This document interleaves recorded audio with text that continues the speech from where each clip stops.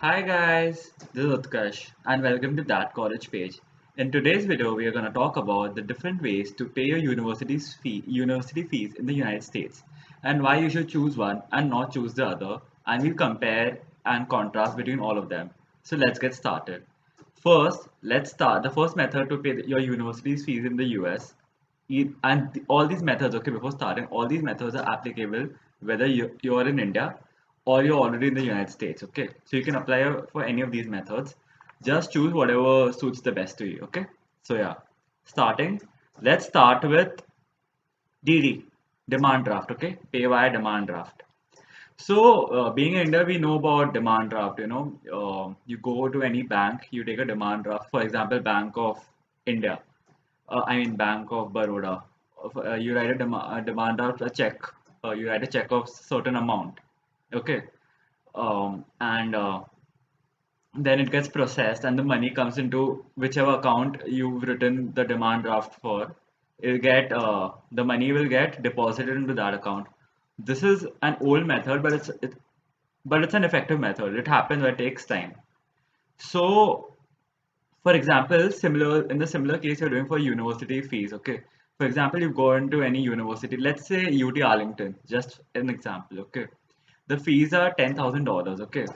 You pay a sum of like $10,500 via demand draft, okay? Now, you will do it as a single draft on depending on the bank, whichever bank you have an account in. Sometimes you'll probably have to make a multiple draft. Okay, let's go for a single draft. Okay, so now your tuition fee is $10,000. You pay $10,500. Okay, now what you do is whatever the $10,000 is, that will get credited to the bank account of the school, or whatever account details you have, the school will get credited there, and the remaining money will get back to your account. Okay, this process is, however, like I've said earlier also, it's an old method. It's effective, but it's slow. It generally takes around 20 to 30 days. So, assuming all the deadlines for the fee payments and stuff is by August mid, so you have like what, 2 weeks now. So I wouldn't recommend this method for you unless you've already paid, because it takes 20 to 30 days, and you don't want to get late for your fee payment, because unlike India, you get charged and you don't want to go through that hassle, right? So honestly, I wouldn't recommend this. It's one of the methods, but there are way better methods for fee payment. So I wouldn't recommend this. Second, the second method is international wire transfer. Okay, a lot of you all would have heard like from your parents or from the bank or your seniors or whoever has been in the US or has any idea about the education system. Ki, let's wire transfer kar do and stuff like that. Okay. So what does this wire transfer mean? Okay. So wire transfer also can be done in two ways. There's a direct method, like direct transfer to your university account, and there's an indirect method also, which is gone to a personal. It goes to a personal account, and from there you can pay to your university account. Okay. So let's start with the direct transfer, meaning direct to your university account, and how it's done. Okay. So basically, what you do is like if the money is coming, for example, you are in the US, okay, your parents are in India, and the money is coming from their current or savings account, okay. They deposit a certain sum of money, for example, let's say $1,000, okay. I'm just giving a rough example. $1,000, okay. They transfer to your account, okay. They'll transfer to your account some cross currency fee, and all of that will be paid, obviously, because depending on the dollar rate and depending because INR to USD conversion you're doing, all right.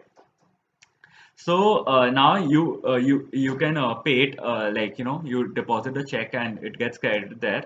After that, now what you do is certain universities, right? They have an option of paying the fees via your card. Okay, the card. This is the card that you made in the US of your bank account, for example, JP, Chase or any such account. Okay, so they give an option of paying via credit card. So you can pay via credit card. Now, what's the advantage of paying via credit card? So, some of the advantages is you start building a credit score. Secondly, it starts giving you points. Okay, credit card, that's the major advantage of credit cards, because US is a card-based economy. Okay, since you're directly paying by card and you have a bank account in the US, in the United States, so there will be no fee, like transaction fee or payment fee using the credit card. And okay, these are some of the major changes. Sometimes there might be a transaction fee, okay, Like for example, one of my friends in UNC Chapel Hill and UNC Charlotte, okay, she had a 3% fee while paying by credit card, but in most of the universities, it's not the case. All right. So that's the additional fee on top of the amount that you've paid.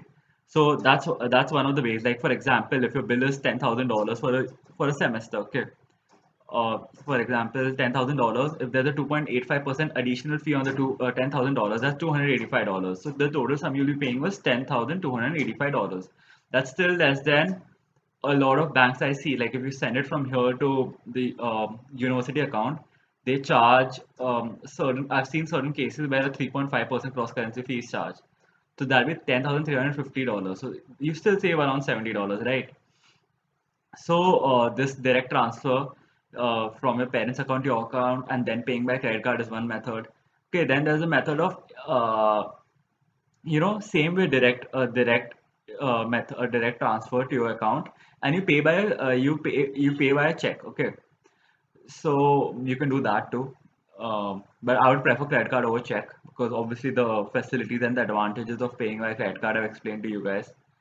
Then apart from that, there's this feature called as FlyWire. Okay, a lot of fly. Now I'll tell you FlyWire what FlyWire is. Okay, like you go to www.flywire.com or in Google just write FlyWire. Okay, so basically it's a method of transferring money from your bank account directly to the university bank account to pay fees. Mainly for paying fees, a lot of US universities to make a workload less. Okay, they have collaborated with this. Okay, it's a portal basically.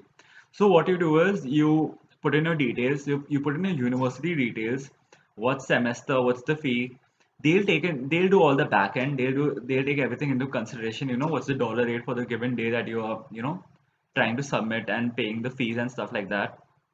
They take everything from a start to finish. They track your payment, they do the payment, you get a receipt for it, and it's all on a portal. Okay, there are like 6 steps. You log in, you start, you put in your details, you put the university details, you check in your course, you see your fees, then you go proceed with paying your fees and stuff like that. Okay, and that's how you pay using Flywire. Okay, so Flywire is a very convenient method of transferring money from one account to another account, like in the US university the account. Okay, now people are saying, is Flywire, is it a bank account or is it a bank? No, no, no, no. So Flywire, like I said, you have to put in your account details there. So Flywire is a third party portal which will transfer money from your account through Flywire to a different account. Okay. So, and out of all the options that I've seen for paying the fees for the US universities, and a lot of my friends are going for Flywire because it's just very simple, it's just all the steps are given, and you just have to click, put in your details, and the computer will take the back end of it, and it's very fast. Within couple of hours, you will get your all transaction details, you'll get the receipt of the payment, and everything will be done. It will be debited, into their account also. So it's a very fast method. So I would definitely recommend you guys to check it out. Go to Flywire, okay, check it out. And if you have any doubts, let me know. And Flywire, obviously, since it's a Flywire, of all the conversion rates and everything, and the processing fee and everything that I've seen, it's got the best. Okay, cross conversion fees also very less. The dollar rate depends on the day, so you can research and wait and see when the best cross conversion fee is, or the dollar rate is, and cross conversion fee remains the same. My bad. When the dollar rate is the best, and then you can go ahead with it. Okay. Next way of payment is paying using Forex cards. Now we know how Forex cards work, right? Like you go to any bank or you use services like Book My Forex. You can use either. Go to any bank. You don't need to have an account there. For example, Axis Bank. I had an account in ICICI Bank. I got a Forex card of Axis Bank. Make You load the money into your account.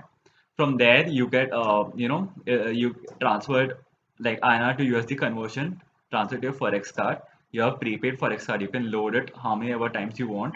A certain fee, loading and issuance fee will be obviously deducted and taken from your Forex card. You can put it either into the US bank system. Okay, okay. or you can either put it into the US bank, or you can pay via directly via uh, Forex card. Okay, but Forex card I wouldn't recommend that much because it's like a foreign exchange currency card. Okay, it's Forex is not like a bank account. Like for example, I would use Forex only and only if wire transfer method is not applicable. Okay. Like if I'm not using FlyWire, like I said earlier, I would only use Forex for that. Forex is otherwise generally used like, you have to pay small amounts, like, your monthly rents and stuff like that. Otherwise, I wouldn't use Forex for making payments for more than like $1,000 and stuff like that. Definitely no. Because cross conversion fee, loading fee, Forex has limits too, right? So I wouldn't recommend forex cards for that. So forex card up to a certain limit, yes. After that, no. So that's how forex card goes. All right. Then the last method that I'll discuss with you guys is traveler's check. Okay. So these days, I doubt people use traveler's check. It was like an old method where people used it. Okay. Now I doubt people use traveler's check or traveler's card anymore. Amex, how it's pronounced, they have a traveler's check which is as good as cash. Okay, I would recommend you guys to stay away from this as much as possible. Okay, because like I've said, it's almost as equivalent to cash, and university fees can be like per semester from $10,000 to $25,000 on an average. I'm saying so carrying $10,000 of cash is definitely not recommended because it's a lot of cash, large amount of cash. You're not supposed to carry that because obviously, right? In India also, wherever you are, you use cards and stuff like that, right? Like these wallets and other type of payment gateways. You don't use cash, hard cash, hardly people use, right? So I would definitely tell you to stay away from this. Okay, wire transfer, I'll get into more detail. Like, there are a lot of methods of wire transferring. Like, this thing, FlyWire is the most commonly used these days. But if you just type wire transfer on Google, there's these different portals, okay, third-party portals, where they do the same thing. Wire transfer money from one bank account to your university bank account, and all of them have different features. Okay, like depending on the exchange rate, cross currency fee. Some have no cross currency fee, some have very less cross currency fee, some give you some other advantages. So all of out of all, wire transfer would be your best bet and would be your best way. If you don't have FlyWire, like your university is not collaborated with FlyWire, it's fine. But I would definitely recommend you to go through any wire transfer method only to transfer university fees. If that doesn't work, then your direct bank transfer account, or next after that will be forex cards. Forex also you can use either services like book my forex or forex cards like Axis Bank, ICICI Bank, any of those type of forex cards. But make sure you choose the one where you have the least cross currency fee and the least loading fee, because you'll be loading it multiple times, and cross currency fee, for a large sum of amount, for example 3.5% of $20,000 is like $700. So that you do for 3 semesters, that's $2,100. So that's a lot of money, right? That's, if you see, that's 1.5 lakhs. So that's the only disadvantage I think, these forex cards have. Otherwise, for like, daily use and stuff like that, having that much money on the forex card is the best thing you can do. Or you can even transfer your money from your forex cards to your bank account in the United States. So yeah, coming to the end of the video, these are I think the major methods of paying the US university fees. And I think I'll end the video here. If you want, me to talk about forex cards and these FlyWire or international wire transfer, because I think a lot of you guys still have doubts and would have doubts. So go through the video. Let me know. I'll make a separate video of it. I already have. So if you want, I'll actually release the video like probably tomorrow. And then on the comment section, just let me know, like, if you have any doubts. Apart from that, yeah, make sure you follow us on Instagram at that college page and ask us any queries if you have. And yeah, till then, like, comment, share, and subscribe to our channel. And keep following that college page. And tata, bye bye.